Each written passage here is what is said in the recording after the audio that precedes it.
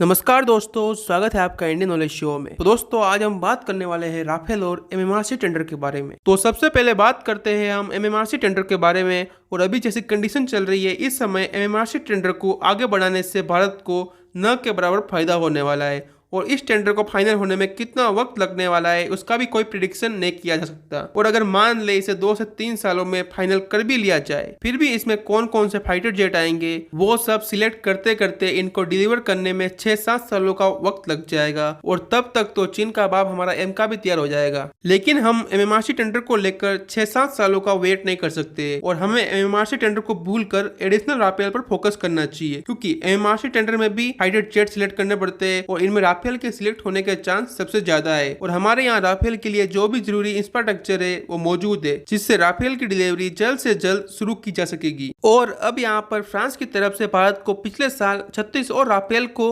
Offer किया गया था और इसको लेकर एक प्रपोजल को भी डेजोल्ट की तरफ से दिया गया था, जो कि डिफेंस मिनिस्ट्री के पास पड़ा हुआ है। और ये बात भी इंडियन एयरफोर्स की तरफ से पहले ही बताई गई थी कि जो ये 36 राफेल है, इसकी डिलीवरी कंप्लीट होने के बाद और 36 एडिशनल राफेल के लिए एक फॉलो ऑन ऑर्डर भारत की तरफ से दिया जा सकता है। साथ ही ये जो 36 राफेल खरीदे गए थे, उसके साथ ही 36 एडिशनल राफेल के लिए भी इंफ्रास्ट्रक्चर डेवलप किया गया था। इसलिए पहले से ही एडिशनल राफेल को खरीदने का प्लान इंडियन एयरफोर्स की तरफ से बनाया गया था। और साथ ही फ्रांस ने भारत को एक बेहतरीन ऑफर दिया है कि अगर भारत आगे चल के और एडिशनल राफेल के लिए ऑर्डर प्लेस करता है तो वो इन्हें भारत में ही मैन्युफैक्चर करेगा, यानी कि वो इन्हें डेजोल्ट और स्पेस लिमिटेड में मैन्युफैक्चर कर सकता है। और आगे चल के ये राफेल की ग्लोबल सप्लाई चेन का एक मेजर हिस्सा बनने वाला है। और अभी कुछ रिपोर्ट आई है, उनमें ये बताया गया है कि इंडियन एयरफोर्स की तरफ से इंडियन डिफेंस मिनिस्ट्री को एक प्रपोजल फॉरवर्ड किया गया है, जिसमें इंडियन एयरफोर्स की तरफ से स्ट्रांगली एडिशनल राफेल खरीदने की रिक्वेस्ट की जा रही है। यहाँ मेनली इंडियन एयरफोर्स की तरफ से राफेल के F4 वेरिएंट को खरीदने पर विचार किया जा रहा है। और यहाँ पर 36 राफेल नहीं बल्कि 108 राफेल खरीदने का प्लान बनाया जा रहा है। और अगर इंडियन एयरफोर्स की तरफ से एडिशनल राफेल के लिए ऑर्डर प्लेस कर दिया जाता तो प्रेजेंट में जो राफेल डील चल रही है उसकी डिलीवरी कंप्लीट होने के बाद ही हमें सेकंड बैच के राफेल को डिलीवर करना शुरू कर दिया जाता। लेकिन हम अभी के राफेल की डिलीवरी कंप्लीट होने के बाद एडिशनल राफेल के लिए ऑर्डर प्लेस करते तो उनको डिलीवर होने में 2 से लेकर 3 सालों का वक्त लगता। यानी कि अगर हम 2022 में ये ऑर्डर प्लेस करते तो 2025 से 2026 तक राफेल की डिलीवरी हमें मिल पाती। और 2024 में तो राफेल का F4 वेरिएंट भी आ रहा है। और आप सभी लोगों के दिमाग में एक बात जरूर आ रही होगी कि ये सब चल क्या रहा है। दोस्तों इसके लिए ये वीडियो पूरा जरूर देखें। तो दोस्तों हम कहाँ पर थे, हम थे F4 वेरिएंट पर। F4 वेरिएंट के राफेल को परचेस करने के लिए इंडियन एयरफोर्स की तरफ से वेट किया जा रहा है, क्योंकि मान लीजिए अगर अभी हम एडिशनल रीस्टैंडर्ड के राफेल को खरीदते हैं तो हमें उन्हें 2030 तक F4 स्टैंडर्ड के राफेल में अपग्रेड करना पड़ेगा। और यही कारण है कि अभी तक इंडियन एयरफोर्स की तरफ से फॉलो ऑन ऑर्डर नहीं दिया जा रहा है, क्योंकि अभी अगर हम फॉलो ऑन ऑर्डर को पेश करते हैं तो हमें तुरंत ही रीस्टैंडर्ड के राफेल की डिलीवरी मिलना शुरू हो जाएगी। लेकिन इनको बाद में फिर से F4 स्टैंडर्ड में अपग्रेड करना पड़ेगा। और आपको एक अंदर की बात बताता हूँ कि डेजोल्ट और स्पेस लिमिटेड के द्वारा राफेल की एक कंप्लीट सर्विस मेंटेनेंस और ओवरऑल फैसिलिटी को नागपुर में सेटअप किया जा रहा है, जहां पर आगे चल के राफेल की कंप्लीट असेंबली लाइन खोलने का प्लान किया जा रहा है।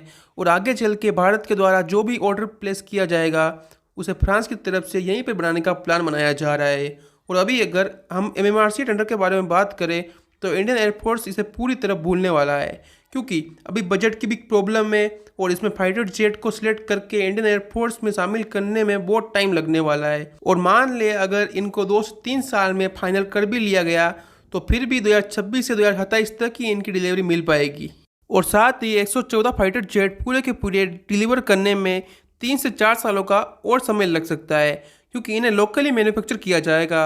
और हम उम्मीद कर सकते हैं कि जिन फाइटर जेट्स को फॉरेन कंपनी के द्वारा डिलीवर करने में 1 साल का समय लगता है, तो वहीं इसे भारत में मैन्युफैक्चर करके डिलीवर करने में लगभग 2 से लेकर 2.5 सालों का वक्त तो लगेगा। और मान लो अगर इसमें भी राफेल को सिलेक्ट किया जाता है, मगर अभी से सिलेक्ट किया गया तो इसमें F3R वेरिएंट या F4 वेरिएंट को सिलेक्ट किया जाएगा। लेकिन 80% चांस F4 वेरिएंट को सिलेक्ट करने के हैं। और ये सभी फाइटर जेट्स सेम स्टैंडर्ड के होने वाले हैं। कुछ दिन पहले ही डेजोल्ट की तरफ से बताया गया था कि 2040 से 2045 के बीच राफेल के F6 और F7 वेरिएंट को भी लॉन्च करने का प्लान बनाया जा रहा है। और लगभग 2030 तक इसका F5 वेरिएंट भी आने वाला है। और इन सभी में इलेक्ट्रॉनिक वॉरफेयर सिस्टम RC वगैरह को काफ़ी इम्प्रूव किया जाने वाला है। साथ ही इसके वेपन सिस्टम में भी काफ़ी इम्प्रूवमेंट होने वाला है। तो अभी अगर हम एमएमआरसी टेंडर में एक साथ ही 114 राफेल को खरीदते हैं तो हम इसमें से किसी एक ही वर्जन को सिलेक्ट कर पाएंगे, यानी कि हम किसी एक ही वर्जन के 114 जेट्स को हम खरीदने वाले हैं और इनकी डिलीवरी कंप्लीट होगी तब तक तो इसके नए वेरिएंट भी आ चुके होंगे और हमें इन्हें फिर से अपग्रेड करना पड़ेगा और अपग्रेड करने में बहुत पैसा खर्च होता है। इसी वजह से इंडियन एयरफोर्स की तरफ से इन्हें 4 टुकड़ों में खरीदने का प्लान किया जा रहा है, यानी कि 36 + 36 + 36 करके एडिशनल राफेल खरीदने का प्लान बनाया जा रहा है। इसके बारे में सबसे पहले हमारे chief of defence staff general Bipin Rawat ji की तरफ से स्टेटमेंट दिया गया था कि हमारी रिसोर्सेज का या बजट का मैक्सिमम यूटिलाइजेशन करने के लिए अभी फाइटर जेट्स को स्टैंडर्ड मेथड में खरीदने का प्लान बनाया जा रहा है और अभी इंडियन एयरफोर्स 108 के लगभग राफेल खरीदने का प्लान कर रहा है, यानी कि अभी राफेल की सेकेंड बैच के लिए ऑर्डर को प्लेस करने के बाद फिर से इसके लिए एक फॉलो ऑन ऑर्डर को प्लेस किया जा सकता है, लेकिन इसको शायद 2030 के आसपास प्लेस किया जाएगा।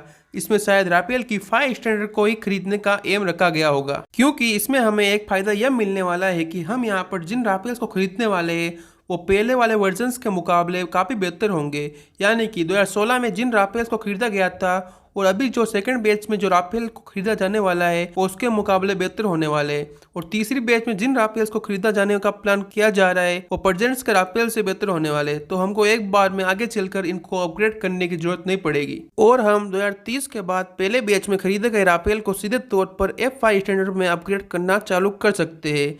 लेकिन अगर हम सेम राफेल को एमएमआरसी टेंडर में खरीदते तो ये सभी के सभी राफेल F3R वेरिएंट के होंगे या F4 वेरिएंट के होंगे और हमें सभी 114 राफेल को एक साथ अपग्रेड करना पड़ेगा, जो कि वक्त और पैसा दोनों डिमांड करने वाला है।